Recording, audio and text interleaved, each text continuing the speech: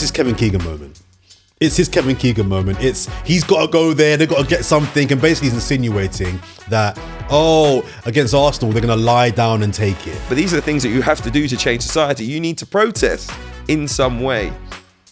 The rent in this country is out of control. And the reason why I took exception to the people that were calling out J. Cole for apologising was, is there no room to grow? Even in a competitive environment, is there no room for honesty? Hello, welcome to episode 7 of the Whisper It Loudly podcast. I'm hoping we're building a togetherness here, a community, people who are back. But if you're here for the first time, welcome. I'm Hugh and Jordan, ITV, TalkSport, used to be at the BBC. This is Jordan Jarrett Bryan. He can introduce himself in terms of his CV. Currently Channel 4 News, sports correspondent, occasionally on TalkSport, and founder of production company Black Academic. Okay, right. So that is us. No Darren Lewis this week. He has bigger and better things to attend to. But yes, it will be just us. And I think we've done one before together. So we can do it. And it was good. It was good. So it's going to be another. Yeah. Arguably better without Darren. But listen, if you want to get in touch with us, remember, follow us on social media. Make sure you interact with all the posts. Let's get the conversation going. Follow, subscribe as well if you're listening to this podcast on Apple or on Spotify. We're also there on YouTube, Whisper It Loudly podcast. So make sure you hit subscribe on YouTube as well, and you can watch every single episode. Like I say, if you get it all the way to the end of the episode, if you're not there, let me tell you now that you can also follow us on social media. So make sure you do that as well. Like I say, just trying to grow the community. A little bit of football, a little bit of current affairs for you, a little bit of different stuff coming up. But we are going to start, as always, with football. Just before you start, just a shout out to the listeners and viewers as well. Let us know what you would like us to discuss as well. So any suggestions of topics across the genres, so sports, politics, current affairs, and something a bit silly as well. Let us know, man, in the comments. Tell us. We're all there on social media. Darren's, I think, at Mirror Darren for some reason on Twitter. Yeah. But you'll find us all on social media.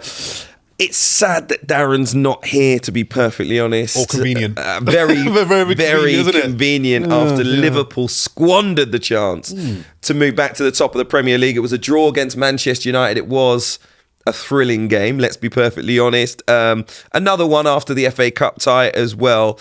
Just end-to-end for the first 20 minutes. People got exactly what they were hoping for, but the Liverpool fans didn't get the result they wanted. It means they're second in the Premier League table.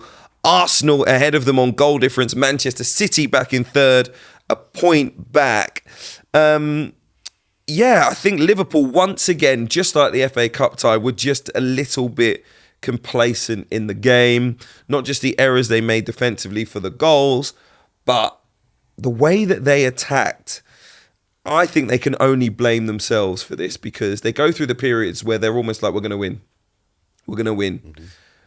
It's calm, it's convenient. You don't feel like they're applying the real ruthless pressure. The chances in front of goal, it's like, we'll get another one. And eventually you get punished. And that was the case in both of these matches. And you have to remember, they are playing against their biggest rival.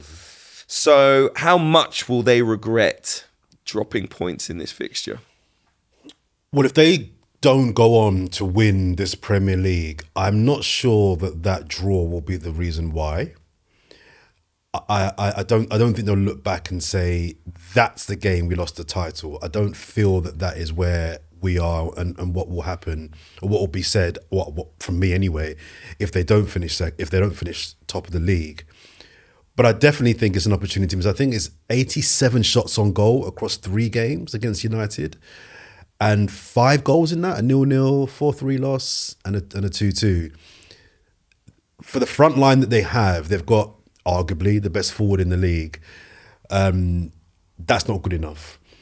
I also feel like if you in 3 occasions can't beat this awful Manchester United team, I'm going to get to them in a minute as well, with 3 attempts, you don't deserve to win the league. I'm sorry. If you can't beat this United team over 3 games, come on. No, sorry. You're killing me. Sorry. So they will definitely see it as an opportunity missed, but I don't think it will be the reason they don't win the league. I know Klopp gave it at the end, as he would. You know, it's a point. He spun it as a point earned because they could have lost it. Yeah, okay. It's not a point earned. You go to United, you should be winning against United. You go to United with 14 shots in the first half, you have to win the game. I don't care what happens in the second half. The game should be done. So he spun it in a really good way for them, and I understand why, but no, it's not acceptable. But equally, I don't think it will be the reason if they don't come first, they don't come first. Trying to be kind to Liverpool. It was always going to be a transitional year. Lots of changes in the team. So to be where they are, to have played at the level that they've played at, in terms of the wider development of the squad and a lot of young players there, you've got to be positive if you're a Liverpool fan. However, and this is the same for Arsenal too, I don't feel like the opportunity to win the league against Manchester City under Pep Guardiola will come around that often. I mean, the other thing for Liverpool to contend with is the fact that Jurgen Klopp's leaving. And so in reality, them being a team that, they'll be weaker, that is going for the title every year might not be a thing at all. And I know they haven't gone for it every year under Klopp, but you know what I mean? Just having the ability to do it on their good seasons, because they might end up being that team that's fighting for fourth again. No disrespect, but it just could happen. Klopp is that good a manager. I'm not saying that there's anything wrong with the players or the squad. You know, it is just what it is. They might lose Mo Salah as well to the Saudi Pro League. So they might drop off. I also felt, and we said this, we had conversations after City won the treble, that they wouldn't be quite at the same level this year, because it did take a lot out of them. They are obviously still a very good side, but, you know, they are not running away with the league. They are not a 95, 100-point team this season. So for me, watching Liverpool, I'm like, you're going to regret this. You're going to regret this. I don't put them in the same vein as Arsenal. Liverpool? I don't put Liverpool in the same vein as Arsenal, because in what sense? Arsenal are on a trajectory and they are building for the longer term. This manager is staying. These players are staying. So their chance to come back if they don't win the Premier League this year and have another good shot at it next year and the year after that and the year after that, I feel like they've got that in them. It's coming. Yeah, it's coming. And also a lot of their players are very, very good, but again, young, developing, and could easily reach that world-class elite level where you're like, okay, wow, if Saka does get there, if Ødegaard does get there, if Rice continues to improve, Saliba continues to improve. So that I feel like, again, I still feel like Arsenal were ahead of the curve in terms of their progression, too, in terms of a team that was changing under a new manager. But I feel more strength in the Arsenal team in years to come. Again, get this clip back in a couple of years when I'm totally wrong and Liverpool have won 2 leagues in a row after Klopp leaves. But I feel like they will regret this. The other thing is, I don't know how many people are talking about this, but the goal difference is why they're second in the league right now. And the number of games in which Liverpool should have scored 5 and 6s and they missed chance after chance after chance. They should be streets ahead in goal difference.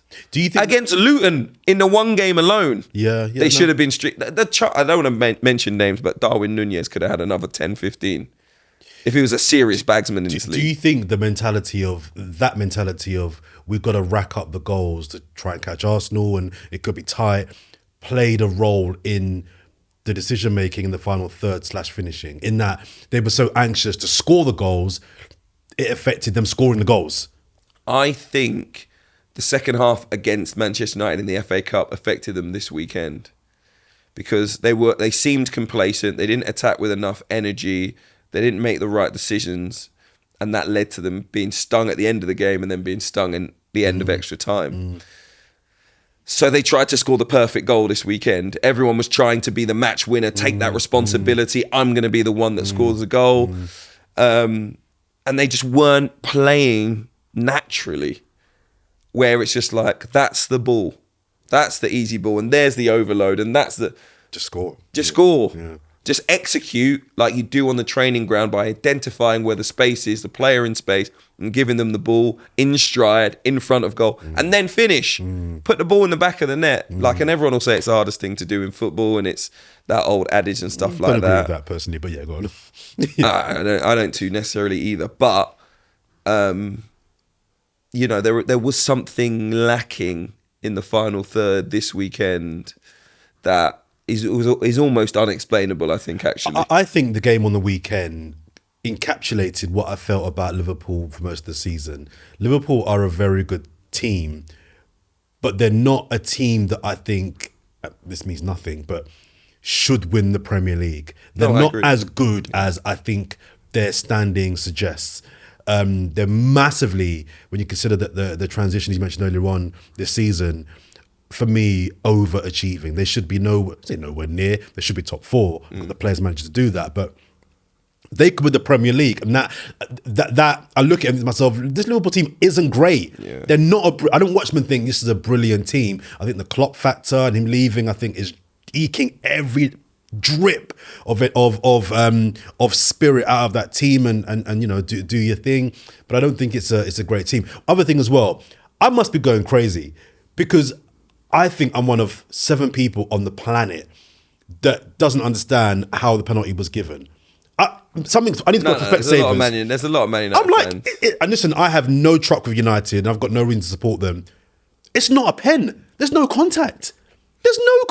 And people are telling me they're adamant Jordan, they're quite clearly is contact. I'm like, there is zero contact. Yeah, the legs go round Harvey Elliott's right leg from Aaron Wan-Bissaka. He's going down by that point. And he's already going down at that point. Yeah, but I don't contact. So no one's discussing it. Sky just rushed past it. But listen, I'll tell you why it wasn't discussed.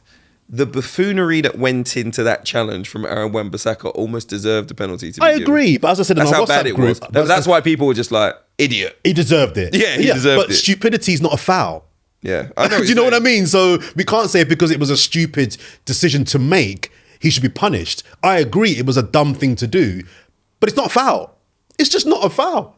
Now, look, it was given and we move on. But what I found interesting was that penalty decision and the Brighton one at Arsenal, 2 decisions that I'm adamant I thought that I got correct. Yeah. Everyone else, the majority, to be fair, are opposing me and like, the Brighton penalty is not a penalty. And I'm like, it is a penalty. And same with this one here. I just don't understand how either I'm massively wrong or everybody else. There's no kind of like, nah, everyone's adamant it's a pen and I'm adamant it's not. Guys, let me tell you, the number of times that I have tried to discuss VAR decisions, refereeing, I've been vetoed every time by Darren Lewis, who thinks it's too boring for you guys. So we're almost down that road. Yeah, I'm kind of with Darren, so I don't want to go down that road either. But we could talk about Wolves. Where do you go with it? Yeah, I mean, but the thing is, every weekend, and this is why sometimes I think they're getting just glazed over because people are losing energy with discussing the horrific decisions that keep happening. Hugh, I'm 2 years past it. I'm 2 years now numb to the lack of, because I spent a lot of time actually defending referees for a long time in groups. It's a hard job. Like, give them a break. Yeah, got things wrong. It's one thing getting a decision wrong. 2 or 3 years now, we're seeing not that's a wrong decision. We're seeing that's a howler. Yeah. Like, how have you got that wrong? Yeah. Do you know what I mean? And that's where it becomes unforgivable. And then we get Howard Webb coming out with Michael Owen of all people. Allow it. Trying to explain them all. And I just move on past it. It's amazing. It's the backflips that are just like... It's long. Yeah. So, and that's why we don't do it. So... Can we chat United? Well, I was going to ask you, I can tell you why. You know that the evolution of this podcast was because of our WhatsApp group where we was just like, look, we talk about too much, we're wasting our energy. Let's give it to the people so you can understand the egos in that group. But you mentioned a quote from Jurgen Klopp that you weren't happy with. Let me read it. He was asked if he would be cheering on Manchester United when Arsenal visit Old Trafford in May. Klopp replied, probably, if we're still around them, then that would be great. Yeah, probably. But Arsenal are a good football team, and if United play like today, Arsenal will win that game, I'm 100% sure. I'm really sorry to say that, but this is a matter of fact. We should have won both games, talking about the Premier League and the FA Cup, and we didn't. That's our fault. I agreed with him wholeheartedly. Actually, what he's saying is true. Yeah. But it's his Kevin Keegan moment. He's got to go there, they've got to get something, and basically he's insinuating that, against Arsenal, they're going to lie down and take it. So, just hand it to Arsenal right now. I see what he's doing. What he's saying is factually true. If United play that way, we are going to whack you. It's going to be silly. But Arsenal isn't the issue in a post-match press conference where you've blown a chance to control your own destiny. Keep my team's name out of your mouth. Nah, man, come on. Keep my team's name out. Why are you bringing Arsenal into this? Because people are going to ask about the title race. Of course they are. Yeah. Of course they are. So he gets asked a question. So you don't think that what he's insinuating is that United are gonna take it easy for Arsenal? No, and this is where we disagreed, and this is why I wanted to talk about it, because I just think he was genuinely genuinely disappointed. That's fine. In his own team's lack of just steel to be able to get a result no matter what. That's fine. Like, I think he feels in both games we've dominated, we've created the chances, and if we were truly let me ask you, about winning this league, we would have won both games. So let me ask you, do you think that Tottenham are going to play against Liverpool the same way they'll play against Arsenal? In terms of just the desire, because it's a derby. But I mean, it might not be a 5% difference because it's still Liverpool, isn't it?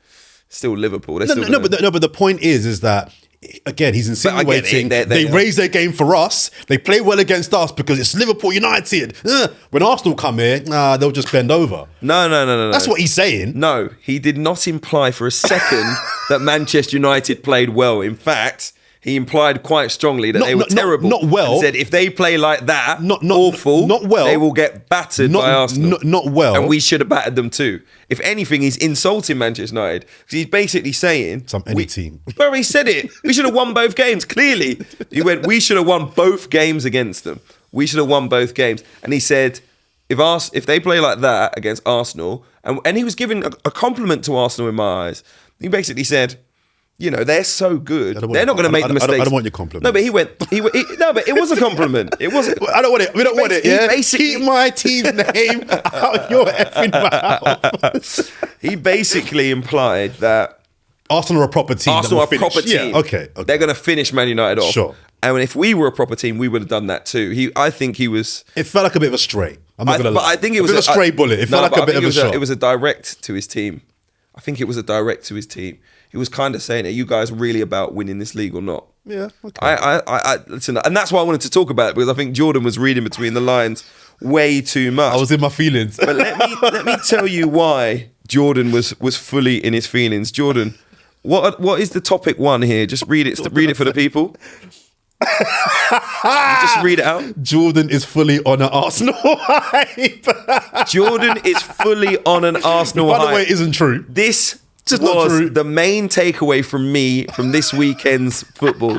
This guy is starting to crack, guys. This guy is starting to crack. You hear what he said about Jurgen Klopp? And the other thing is, like I said, he's fully on the Arsenal hype train. So the belief is there. He's almost touching the title now. He can smell the title now. This is why all these things mean more to him. He's feeling it. No. You're starting to feel it. I think it's and the other opposite. Arsenal fans were too this weekend. I saw the tweets. Tears in my eyes. We're a real team now. and I prayed for these days to come. Something happened this weekend with that draw by Liverpool, with them, of course, going to the Etihad, right, and getting a draw recently as well. Mm-hmm. They're starting to feel like they're number one, like it's Arsenal's title to lose. And you know what? And that is the question that I want to take from this, because I felt at the end of this weekend, it's Arsenal's title to lose. As tight as it is, it's Arsenal. In my eyes, it's Arsenal's title to lose. So I would agree with that. I think Arsenal are in control. If Arsenal win all their games, they win the league. Yeah. So it's Arsenal's to lose, as you say. But I still think City are the favourites. City? I still think City are the favourites, because there's one thing that Arsenal don't have, which I think City and Liverpool both do. And it's probably the only thing that I think will prevent us being champions. Arsenal don't have any match winners. City and Liverpool have match winners. There will be a game between now and the last game of the season against Everton where Arsenal don't play well. And you'll need someone to just do a madness. You had that against Brentford. Against who? Brentford. You didn't play great. That felt like a team. That felt like a team stepping up. I'm talking about when you're in 75th minute against Wolves. That's coming up in a couple of weeks. And it's not quite going well. City have a De Bruyne that can just do a mad thing. Liverpool have a Salah that can just do, where'd that come from? But we're now winning. Should we be in front? Maybe not. But we've got that guy. I'm not sure if we've got that guy. Our match winner, if you like, is set pieces. That's our match winner. We haven't got a person. So am I hyped? No. Yes, you are. You mentioned the word crack. I think, if anything, Liverpool are cracking. I think that game on the weekend and Klopp's presser shows they are cracking under the pressure. They are doing this year what we did last year. And I think from here on in, we're going to see if Liverpool can. They've got a nice game against Atalanta in Europe. They've got some favourable games in the league. I think Liverpool are cracking. I'm not cracking. I'm loving seeing Klopp. You're on the hype train. I'm not on the hype train. When I said you're cracking, what I meant was just you're beginning to feel everything. All the quotes, you're feeling a little bit more. This guy. Every goal. I'm not biting. Goal, every result, he's feeling. Hey, listen. I'm not biting. So how did you feel at the end of the Brighton win? I felt good. Yeah. But no, I didn't feel... Brighton were never going to beat Arsenal, by the way. Arsenal fans are starting to think that like, are we going to slip up? Beat us... No, that's not true. Beat us, no. But that could have... Brighton are not rubbish. No, a draw is not inconceivable. It wouldn't have been a shock if we'd have drawn that match. I don't even know how many games Brighton have won in like the last 20, 25 Premier League games. Either way. But it's like 7. Somebody asked me on a pod of this. 6 or 7. Somebody asked me, did I get more satisfaction from seeing Liverpool's draw or Arsenal's win? And I said Arsenal's win because A, we could control ourselves and our destiny. But it was also because I look at how Arsenal are playing right now and I see a team that is controlling games. After the first 15 minutes of that Brighton game, there was no doubt then we were going to win that match because we were in control. Even then, the third goal was the best goal for me because it epitomised defensively. You can't... People chatting to you about us not conceding goals, which is factually true. You can't even get a chance against us. We're not even letting off... You can't even get a shot against us. And that kind of... You can't break us down. If you don't score, we're going to score. That for me is where Arsenal are at the moment. City, I don't think are quite right, but I don't think you should disrespect and underestimate the power of been there, done it.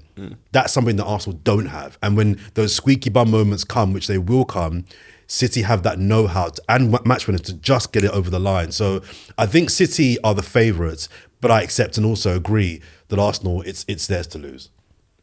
If you just burst an eardrum, I apologise. Sorry. We're going to try our best not to clap directly in the microphone. Can I say one thing on United, though? No, we're coming to United right now. Okay. Horrific defeat to Chelsea last Thursday, Manchester United. Some said that we saw the good of United against Liverpool in the fact that they battled to a 2-2 draw against a very good side in a derby match. But for me, this team is going absolutely nowhere now. And... the worst thing is they're getting judged 90 minutes to 90 minutes. So when they were 3-2 up against Chelsea... 45 minutes to 45 minutes. You can argue say half to half, not even full game. 2-0 down to Chelsea, horrific. 2-2 at half-time, Man United showing great spirit. They're back. 3-2 up, what an incredible comeback from 2 goals down. 99th minute, they're winning. They are 4-3 down in the 101st minute. And suddenly they're the worst team in football again. And then at the weekend, the first half, embarrassing. It was bad. Embarrassing. There's no other way to describe it. Bear in mind, Man United are not like in the bottom 5 teams. And those kind of stats are what we're talking. Albeit there's clearly a gap in quality and points in the table, Man United went into that in the top 6. Like, what? They're a top 6 team. They're a team that's going to be playing European football if the season were to end now. And they are getting played off the park by a team that's 4 places above them in the league at that point. Come on, guys. There aren't even teams, I think. I mean, I don't know for sure. I have to check this, but I'd imagine even the bottom 3, bottom 5 teams are not conceding 30 plus goals a game, 30 plus shots a game. No.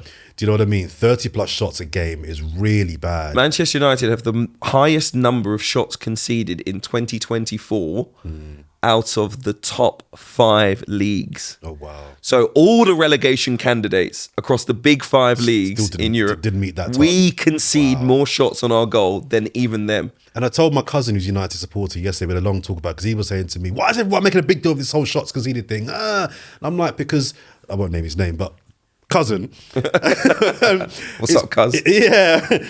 It's because it epitomizes how bad you are. So, okay, so just briefly, my dad supports Chelsea.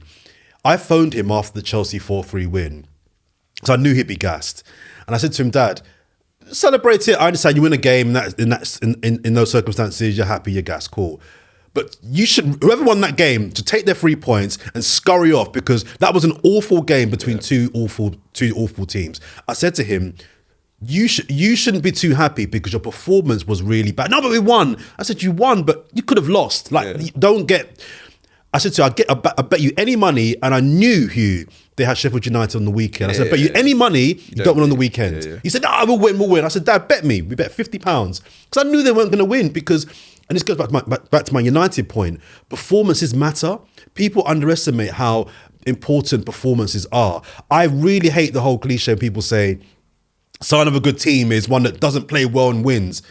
Once, all right. Maybe twice over a season, all right. But you can't sustain not playing well and winning games. So that you won a game, look a bit deeper. Did you play well? No. Yeah, but we won.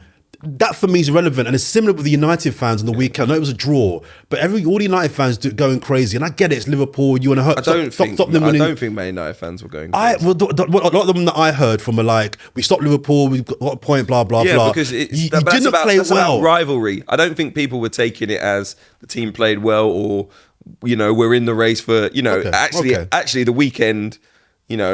Teams gained on Manchester Prove United. That you're not in that race anymore.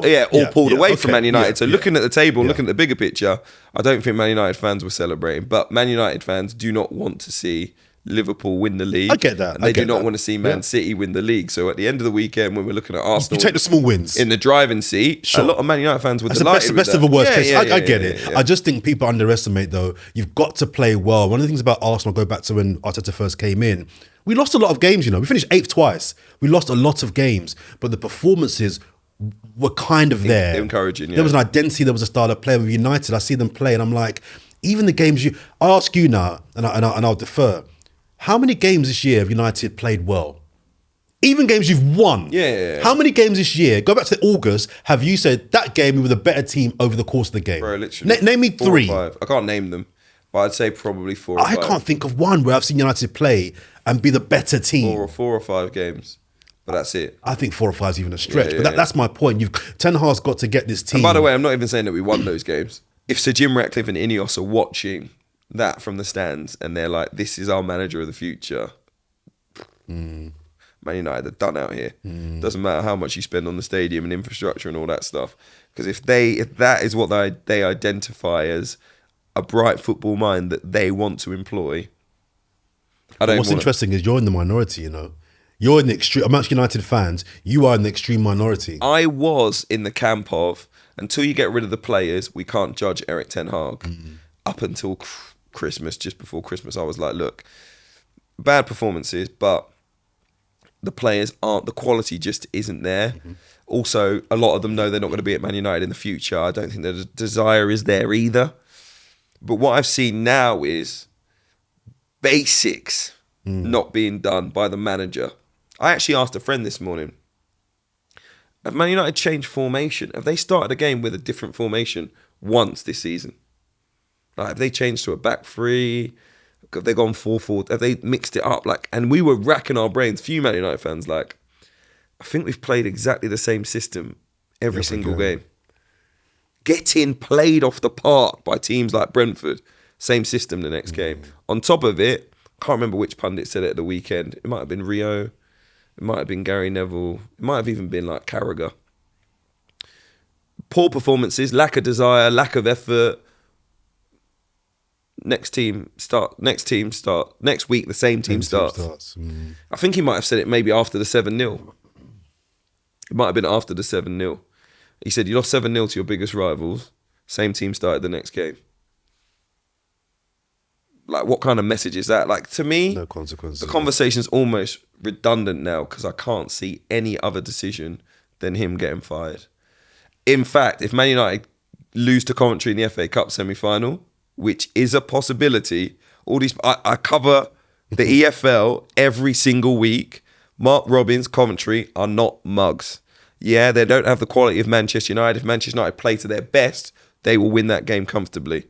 But Manchester United playing to their best has rarely happened, as we've just pointed out. So do not think for a minute that is a foregone conclusion. They're not going to be overawed by Wembley. They played the playoff final there last year. All right, they took it to penalties. They lost. They were a kick away. But ultimately, you know, all this, it's Wembley, it's a big deal, not for Coventry at this point in time. The squad have tasted it. So that's another thing that they have to deal with. So for me, if he loses that game against Coventry, next morning, go. Done. I think he will be. I personally think if Liverpool to handle business on Sunday, and by handle business, I mean what I thought was going to happen, a 4-0 whack, I think he would have gone then. No. You don't think he would have? No, because of the FA Cup. Because there is a belief that Man United could win the FA Cup. Certainly if they get to the final, they're favourites to get to the final against Coventry. That, you know, you want Ten Hag, he's been the manager, knows the players, to give it a go. But if you lost 4-0 to Liverpool going into the Coventry game, you're on the floor. So do you want? But you might be right. But I just think with that competition there. But also I think Ineos or Jim Ratcliffe, they want to do this whole, we're feeling the club out before we make any big decisions.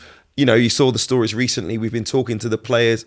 God knows why. Unless I don't know. Unless you're keeping them, like why? Bro, there's like 7 players that Man United should keep. 5 or 6, 7 players that Man United should keep. So those are the players that I'll be talking to in terms of what they want for the future. But it wouldn't be about Eric Ten Hag. You know, what should this club have? Training facilities, and what kind of manager suits your style of football? What kind of personality works well with you? Getting to know them. Rest of them can jog on. Yeah. Just quickly, and I go back to Arsenal because at the point of recording this, we are hours away from their Champions League game against Bayern Munich, of which all I'll say is, whilst I understand and respect the heritage, the history, and the quality that Bayern Munich team possesses, and I don't want to come across as arrogant, I am going to say, I think if we do what we've been doing, I think they get whacked tonight. Listen to me, bro. I think they get whacked tonight. That little 8-2, you can avenge that, bro. Yeah, it was 10-2, by the way. 10-2? 10-2, yeah. Just okay, the 10-2. Who was the 8-2? Tottenham? Was you? Was it us? Yeah. Bayern. 8-2. Oh, Bayern losing 8-2. No, Bayern gave someone an 8-2 aggregate in the Champions League. Was it Madrid? Barca. No, it was Barca. Oh, okay. It was Barca. Well, you were 10-2, yeah? You were 10-2, yeah. It might have been Tottenham. I swear it might have been Tottenham. I might be going way back. But anyway, you can even the 10-2 I don't know about, that's how bad they are. I don't know about 10. I know about 10-2. And look, we don't have. They could hold a little 6. We don't have the pedigree that Bayern have, and that counts for something in Europe. But if we handle business, I think they get whacked 4-1 tonight. I just want to say that because I think we're that good, and I think the revenge should be a factor. But let's not get caught up in the emotions because there's no one that was there then that's there now, so it's not their business. But I'm still scarred by the 10-2.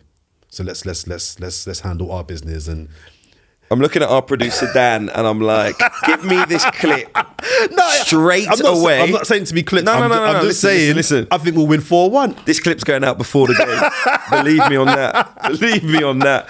Very quickly, let's talk about Chelsea. Pochettino. You know, you mentioned talking to your dad. They were absolutely terrible. Can he survive at Chelsea? They're 9th in the table right now.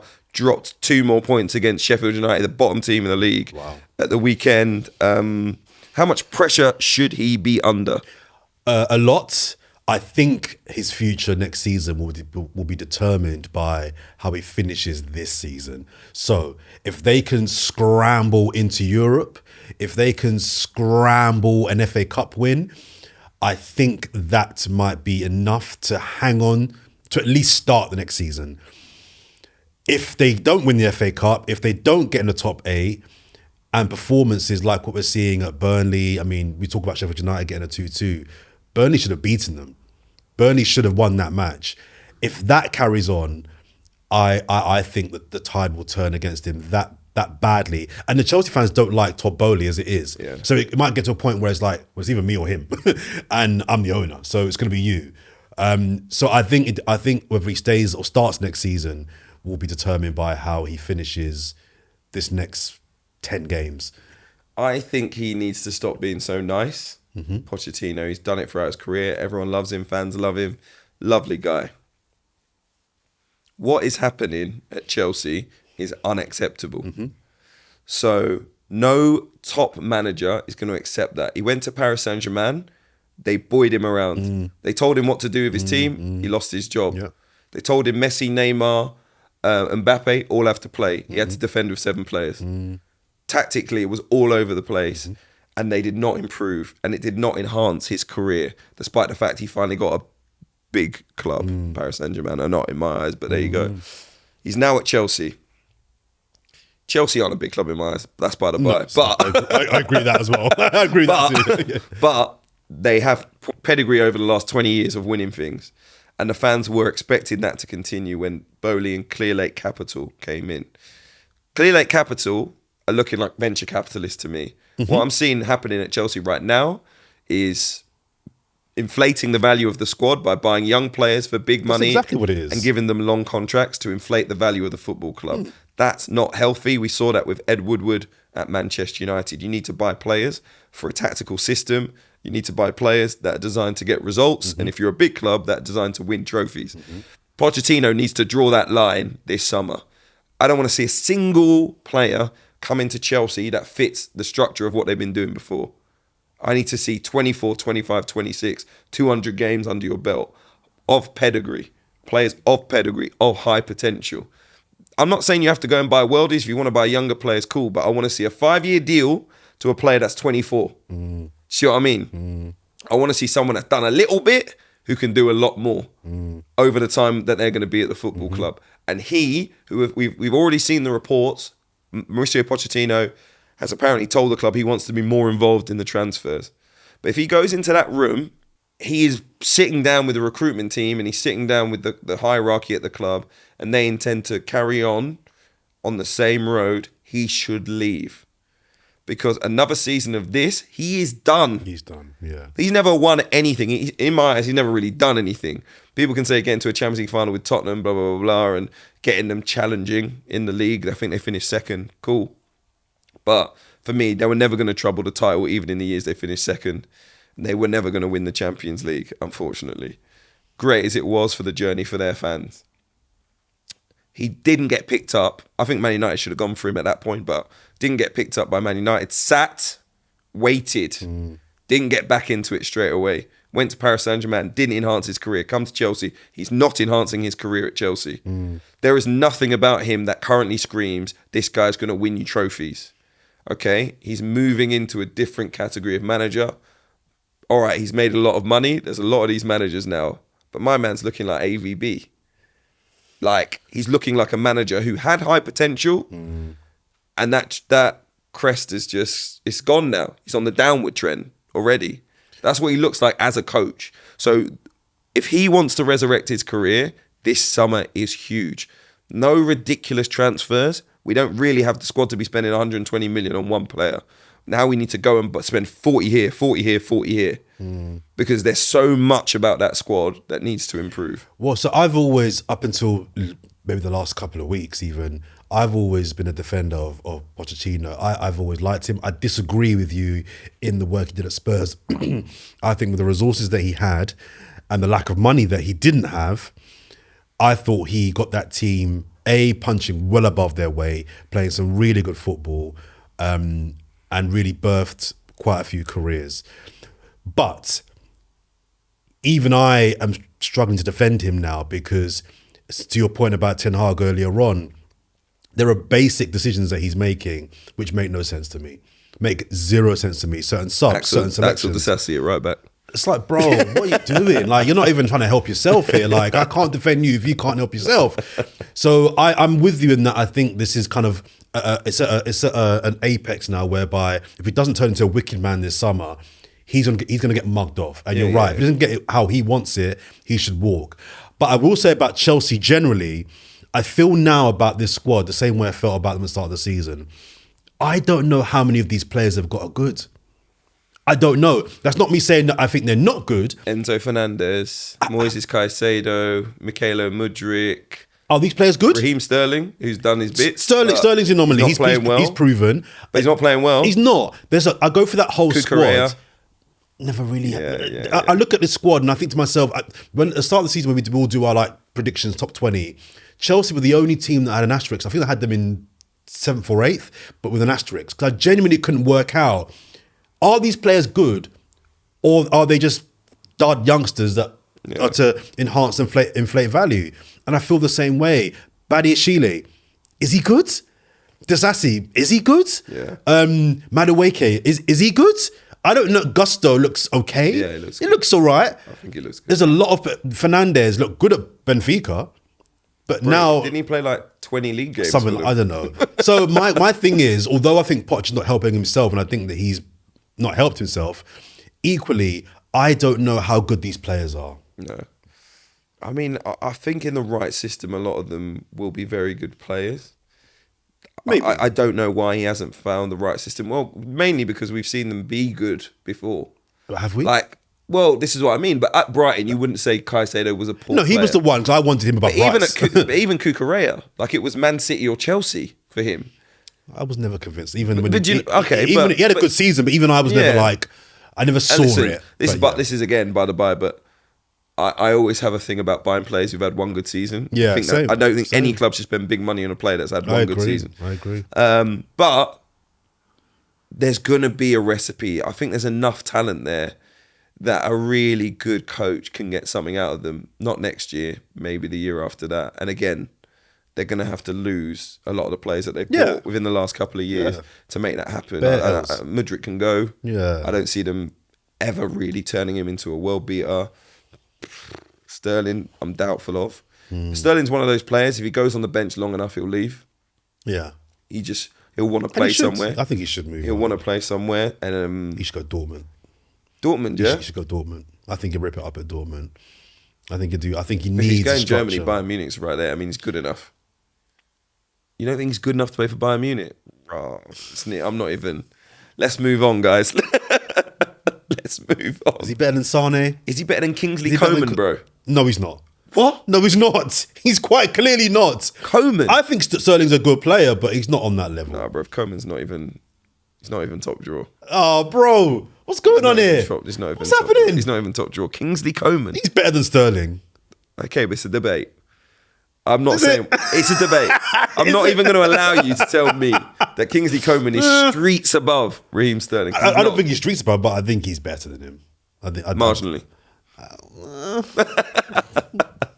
Right, we're going to have the Raheem Sterling conversation when Darren Lewis is back. I don't think we should, because there's a lot to talk about with Sterling, actually. With Raheem Sterling. But Chelsea, Man United, Arsenal, Liverpool all wrapped up there very, very nicely. Yeah, and listen, Champions League to come. We record Tuesday morning, so it's very difficult for us to delve into that, because by the time you see this, you've probably seen the game already. So we'll try and react to a little bit what we saw in the first legs next week. But again, it will be just before the second leg. So you can understand why it might be, again, a Premier League focus. Anyway, we'll be back straight after this. We'll be talking about the real world, unlike the football world, with some serious things on the agenda. So stay with us. Hello, welcome back into part 2 now, where it gets a little bit more serious, but also a little bit more fun as well. We're going to start by talking about current affairs in a way. Something that I've been thinking about recently is the cost of living crisis, essentially. And it's a little bit personal experience, not to go down it, but down that road too far. But I'm looking around and I'm talking to people, especially people younger than me. And in fact, before I get into this, let me caveat things very, very seriously. We are incredibly lucky, or at least I feel incredibly lucky. The positions that we are in life, I wouldn't say that I'm a wealthy person. I wouldn't say that I'm rich. I wouldn't say that I'm even comfortable, because I'm a freelancer. In my eyes, I don't have a job. But I know that there are people out there that earn less than me, have far less than what I currently do have. To be clear, I'm not a homeowner. I don't have a mortgage or anything like that. So it's not me saying this from a position of, I bought a house, you should buy one too. Or, this is what I did. I'm not saying that at all. I don't have anything to my name. I don't have a pension. I don't have money stacked up. Like, I don't have investments. Like, let me put my cards on the table, okay? I don't have anything. This is not an influencer telling you this is how to make money, right? But I'm looking around society and I'm talking to people about their circumstances. And you may be feeling this, and people may be feeling this. Like, the pennies are being, pinched right now. They have to be, because we are all being taken to such an extent. It doesn't really matter what you earn, because everyone, I guess, kind of defines their life around what they earn and takes it up to a certain level because they can afford to a certain level. And then suddenly mortgages go up, bills go up, and actually we're all looking at it going, I need to reel things in. Obviously, like I say, things are going to be reeled in different ways for different people, right? Some of you are turning the heating off. You know, some of you have got rid of the internet, got rid of everything that you can call a luxury, and other people are like, should we not have a Mercedes? You know, should we drop down to a Toyota? Like, so there are different choices that people are making, and for some they aren't a matter of life and death, and for others they are. So I'm not trying to put everyone in the same boat here. What we're about to talk about, some people might be able to do, and others might not just be able to do at all. So I'm not trying to alienate anyone, and that is my big caveat before we get into it. But I've been looking around society and seeing that there are people that don't have a lot, and they are being stretched right until breaking point. And I'm starting to think more and more, as I basically saw a story last week, and I don't know if you guys saw it, that basically the UK has the worst housing stock virtually in the world.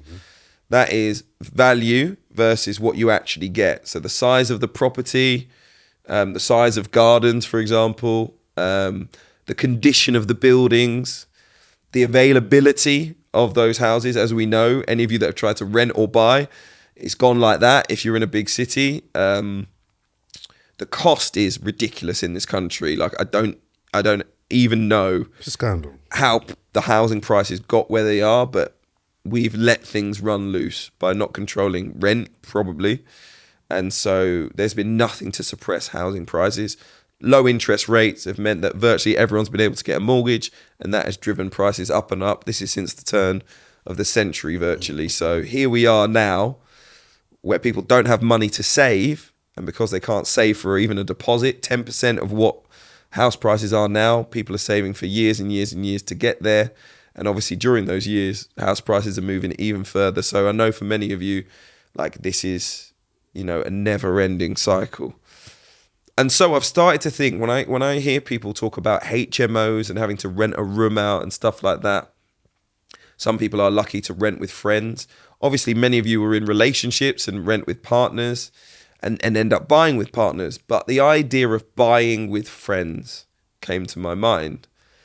And I started to look at, you know, well, can you get 3 or 4 people on a mortgage? And how many of you out there would be better placed, actually, in terms of being able to save a quarter of a deposit, being able to save a third of a deposit, and then maybe coming in with 2 friends and being like, can we buy a house, and how much would that change? If we buy a house and live in it for 5 years together as friends, instead of renting together as friends, could that save us money? Again, I will reiterate, I know a lot of you won't be in the position to do this, so I might be talking about a very specific group, but it's generally, in fact, pooling resources that we're going to be discussing. And whether whatever you have right now, whatever you're into, whether you want to be a YouTuber, whether you want to be an influencer, us here, by the way, sat here doing this podcast, whether it was like, should we create the Darren Lewis show, or should we, Jordan and me, come in with you, Darren, and make a podcast between the 3 of us? Like, whatever your endeavor in life is and you want it to be, whether you're a trader and you're like, you know, the boys and women that you're working with, should we be doing this together? Like, have we hit that time where, even though it feels like things are, you know, in crisis point in a lot of different ways, how can we work together? That's a question. This is not me telling you need to do this, but I've been thinking about the ways in which we could be doing more together as a society to take the weight off ourselves as individuals just a little bit more. And that's what I wanted to ask you about. Well, I think in short, the answer is yes, because we have to. Because if we don't link up, if we don't cabal together to, you know, join forces and bring together our resources, there's going to be some harder times ahead for people individually. You mentioned earlier on about how difficult it is for lots of people. And you see that now, because I think there's stats around that show that they're now putting what was it? They're now putting security tags on things like baby formula and basic things in shops. And the idea that you have to now protect yourself from people stealing baby formula and basic essentials just shows theft was always a thing, right? Stealing in Sainsbury's it's not new. But the types of things that are being stolen now give you an indication as to how people are struggling. Homelessness has gone up. I've got lots of friends and people I know who are a bit younger than me. And I think to myself, and I chat to them as well. I've got a younger cousin and I talk to him and a lot of his friends. And I talk to them about, how do you guys survive? Like, because I see the jobs they've got. Again, they've not got crazy jobs. They've got regular jobs. But we've seen that inflation has gone up, but wages haven't moved in line with inflation. So things cost more now, but yet people aren't getting paid more money now. So I'm like, how do you guys survive? And the only way, to your question and suggestion, I think, for people to get through this period, and what's even more scary is, it's not like we know this is going to end. It's not like, okay, for now it's hard, 2 more years of this and we'll be fine. No one can say that, because no one knows that in 2 years' time, it will be fine. We just don't know. So in an indefinite period of difficulty where you don't know when this is going to end, the only option might be to say, well, you know what? I don't want to live with anybody else, but you're struggling, I'm struggling, she's struggling. Let's just link up together, and for a 5-year period, say, let's make all of our lives individually and therefore collectively a lot easier. So I don't think it's actually a question. I think for a lot of people, it's going to be the reality. And you can be proud about it. I'm like, no, I'll be fine. But then struggling year on year is then going to not only affect your purse, it's going to affect your mentality and your mental health. You'll just be miserable. And we're in London, so we see how hard it is in London. And the market for me was about 2 years ago, Hugh, obviously I work in news. We did reports whereby people were going to food banks who weren't even poor. That for me was when it was like, oh, hang on a minute. Working full-time jobs. People with full-time jobs going to food banks. Are going to food banks. How is it that you can have a full-time income and you still don't have enough to be able to pay your bills and do your shopping? And that's when, for me, it was like, this is not a poor people problem anymore. No. And even me, a bit like you, I'm not rich. I'm far from rich. I earn a decent salary. I do okay. But even I have to be really on top of it. And with the money that I do earn, I should be comfortable. I should be comfortable, but I'm not. And that for me is a problem. This is not just about poor people struggling. This is about people that earn decent incomes are struggling. And that for me was where it became like, okay, this is affecting a lot more people than I initially thought. Well, the thing is, I think we've hit the point now where the social contract is broken, entirely broken, which was essentially, we were born into a system, we're all living within structures that said, if you put X in, you'll get Y out, right? And that was, if you work for 50 years, 40 years, you can retire. And when you retire, you will have several things at your disposal. You would have been able to either save or invest enough of your money so that you had a bit of a pot to take you from retirement to the grave. That you may, when you hit the grave, be able to leave something for family or friends behind, an asset in some way. Might be finances, might be a home, whatever it might be.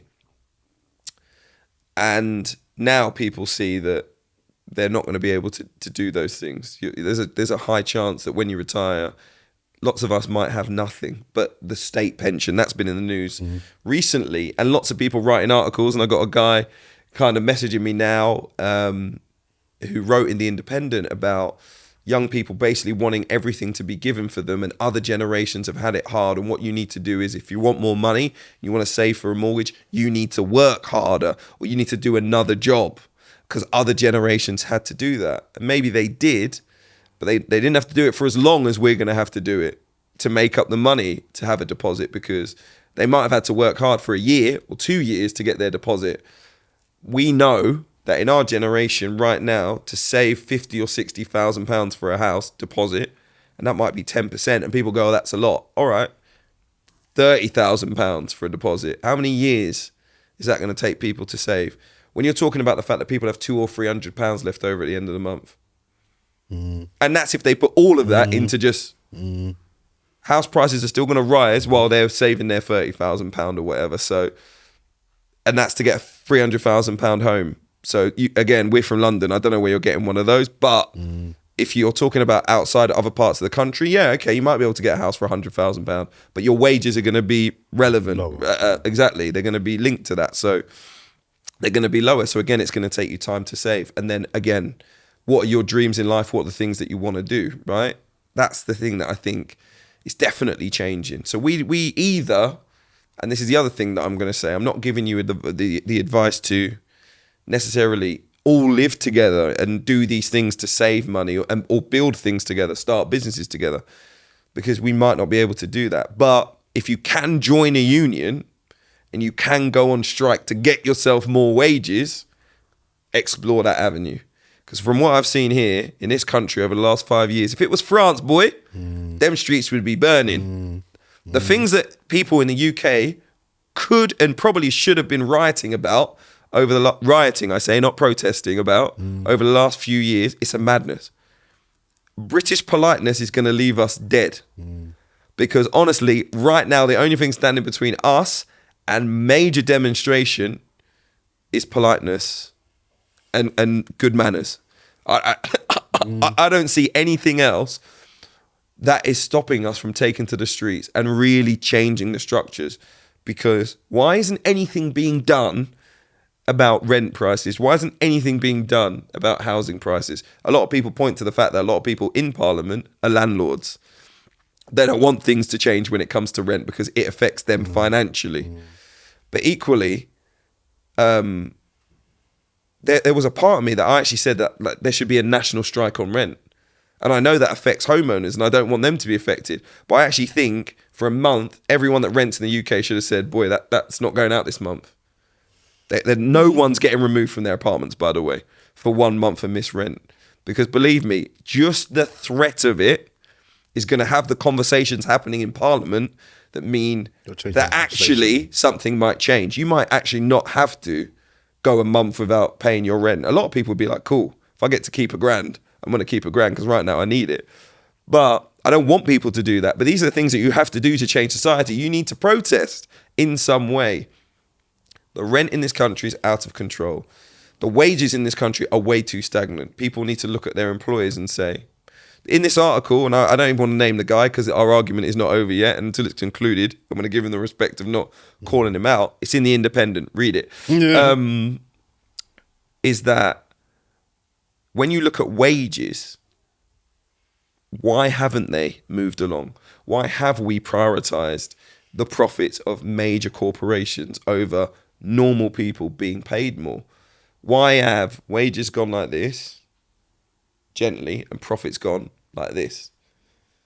And all it comes down to is people talking about capitalism and the fact that the economy needs to be strong and this, that, and the other instead of like our lives. I think two quick things. I would say, I think that social media plays a role in this as well. I don't want to bash social media because I think there's a lot of good things about social media, but I think you've got a lot of people on social media presenting a great life who are not living it. And I know some of these people. So I think a lot of people see Instagram, see Twitter and see people living good when the reality is, and as I'll repeat, I know for a fact they are not. We can all put a camera on, we can all go to Dubai and we can all present that life is great. And I'm earning lots of money and I've got 4 houses and it's like, you're not. You're at home with your mum and you still get the 159 bus from Brixton to Streatham. We know it's very easy to present. Whichever one of Jordan's friends gets on that bus. Yeah, you know who you now are. Knows who they you know who you are. But I think that's playing a role in why a lot of people are having crappy lives too, because they're seeing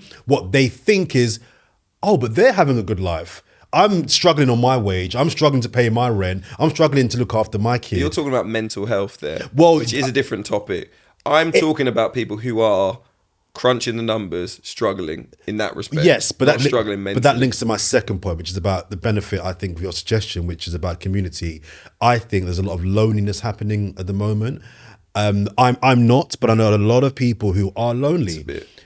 Well, you have to tell us you're not lonely. Well, no, in the sense that I'm not talking about me. I'm lucky. I'm very fortunate that I'm not lonely, but I know a lot of people are. So the idea of clubbing together 3 or 4 friends in a house and that might solve that issue as well. Not only financially is there a benefit to linking up, there might be socially and personally a benefit to saying, you know what, I don't have a partner, I don't have any kids, I don't socialize much, but you're my friend. If we live together, that might go some way into make me feel like somebody cares about me and checks for me. This is another issue in society right now, which is obviously a lot of people are alone, as in they don't have a wife, they don't have kids, right? But we're hitting now mid-30s, nearing 40s. There are more people who are single, who are out here, and everyone that's single knows you are paying more. Nothing is split. Yeah. You know, Netflix is the same price. Sky is the same price. I know people, again, I'm going down the road of luxuries. Food is the same price. Yeah.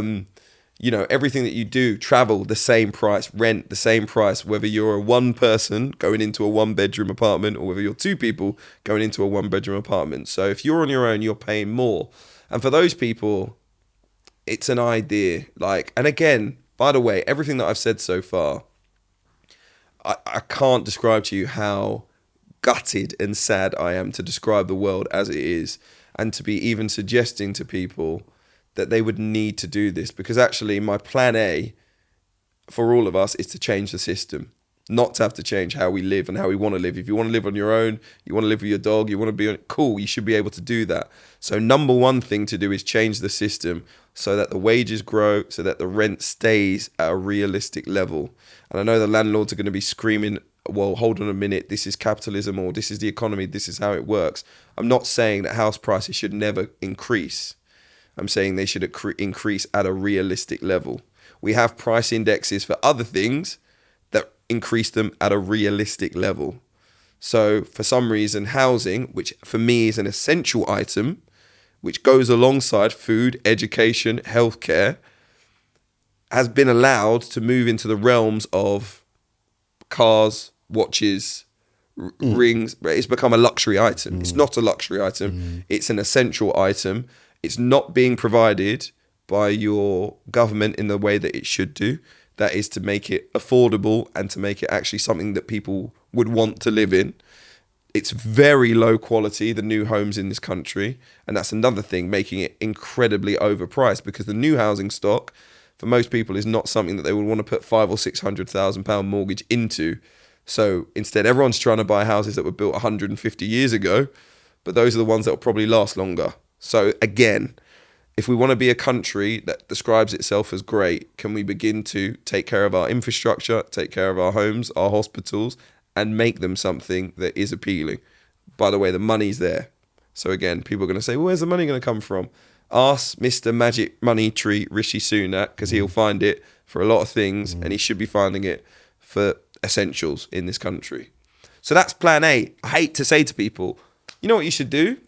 A young person comes to talk to me about their life, and I'm like, oh, really? You're in a HMO and you're paying £900 a month, and what do you get with that? A room. And I'm like, what? And I'm like, what? How has that happened? I'm not punishing you. I don't want to punish you. I want you to be able to live on your own, or live with your partner, or live the life that you want. But we've created a system where you are shackled because of the wages staying low and the prices of everything else getting out of hand completely. So until we do something about that, I don't want to push things onto you. But what I'm saying is, let's read the room. It's not happening. So what can you do with the people that you know, to try and help yourself? That's all I'm going to say. And I'm not talking about moving into a HMO or a house share, although that is clearly an option that would help some people. But I'm actually talking about investing in an asset, whatever you have. If it's, should we buy a flat together? Should we, and by the way, I'm talking about family too. Should I be going to my parents and saying that, can we move house to maybe a bigger house where the whole family can live there? And I get it. No parent wants to bring a 30-year-old child back in, or a 35-year-old child back in, but all the way around. No 30-year-old wants to live back with their parents. Yeah. And no child wants to go back and live with their parents. But if you look at the numbers out there and you look at the households that have enough wealth, the most wealth in the UK, it is the households where families live together in a bigger number. So it does work. Culturally, that might be something that from different backgrounds we don't want to do. We're just like out the door at 18 because that's how we've been brought up. We need to try and change that culture as well, because I think we need to look after our elderly people. Clearly, looking at what's going to happen with people's pensions and retirement age, we need to become a culture that looks after older people as well.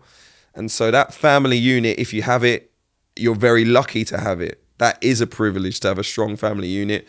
And if you can put up with each other under one roof, even if it's for the next 4 or 5 years, to try and build something, save that money. I know a lot of you are doing it already, but if you haven't contemplated it, you maybe have to contemplate it. And again, I'm sad to be having to say this kind of stuff because it shouldn't be the world that we're living in. Yeah, I agree. There is enough for everyone. Agree. Anyway. Talk me a talk time. We're going to move on to the frivolous, more frivolous, maybe not. So my talk me a talk this week is, and I'll start by saying I'm not a fan of hip hop music. It's not a genre that I love or follow heavily.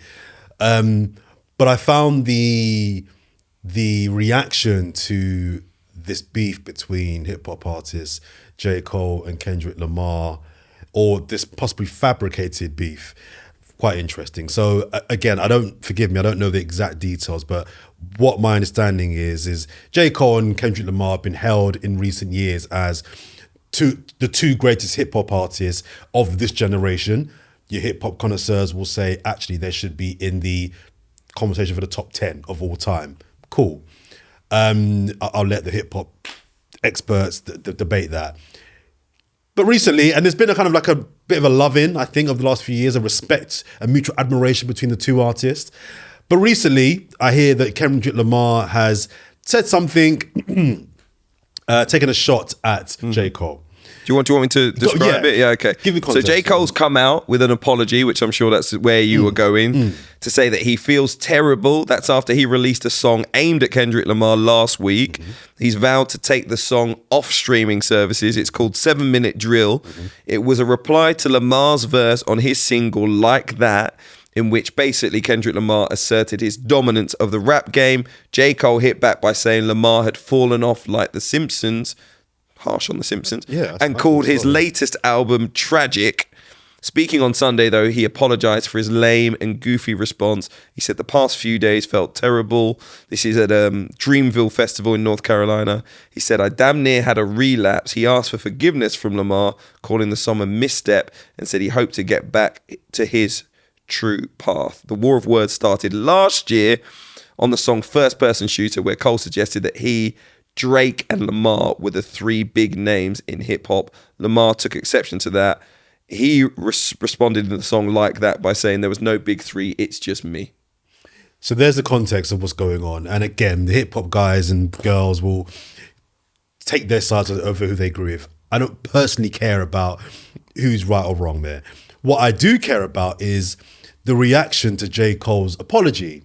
So I watched the video where he apologized for what he said. He would take off the track off the streaming platforms. And the reaction is, oh, he's soft. He's soft. Which hip hop artist does that? Oh, it's soft. And I'm like, I mean, the whole concept of rap beef and it being competitive has been there since the dawn of hip hop. That's what hip hop artists say is what drives them, right? It's the competitiveness. I'm fine with that. I'm cool with that. But it does feel a little bit dated now, this whole beef idea. And the reason why I took exception to the people that were calling out J. Cole for apologizing was, is there no room to grow? Even in a competitive environment, is there no room for honesty? Now, if you want to be cynical, you could say J. Cole's just doing this for content and publicity. He's just saying this because it's going to get him out there and it's going to, maybe. But I'm going to take him at his words that he's realised, and the quote that he said was, it didn't sit right with my spirit. And I'm like, that's fine. Yeah. We've all said things in the past that we think, did I mean that? Yeah. Should I have said that? Did I really? Or was I showing bravado and ego? But actually, no. Kendrick is one of the greats. Why am I saying that he's not when I know in my heart of hearts that he is? It's cool, bro. And I think this idea that people can't show vulnerability or show empathy, what's the word? They can't show a level of softness or remorse for an error because it's this rap, macho, hip hop beef culture. For me, I think it's quite sad. And maybe I'm soft. Maybe I'm soft. Maybe I'm the soft one here. But I just thought, to those that love hip hop, you've got two great artists that are doing their thing at the peak of their powers, and do we have to, is them having beef enhancing the music? Yeah. Is it enhancing the scene? And as an observer, I would suggest no, they're still making great music. Yeah. Kendrick Lamar, for me, is that Good Kid, Mad City album was the album that got me back interested in hip hop. I was off hip hop for a decade. Since Biggie Smalls, nothing hip hop has engaged me. That album got me back into it. His subsequent albums after that have gone a little bit too artistic. A little bit too artistic for me. And he lost me again.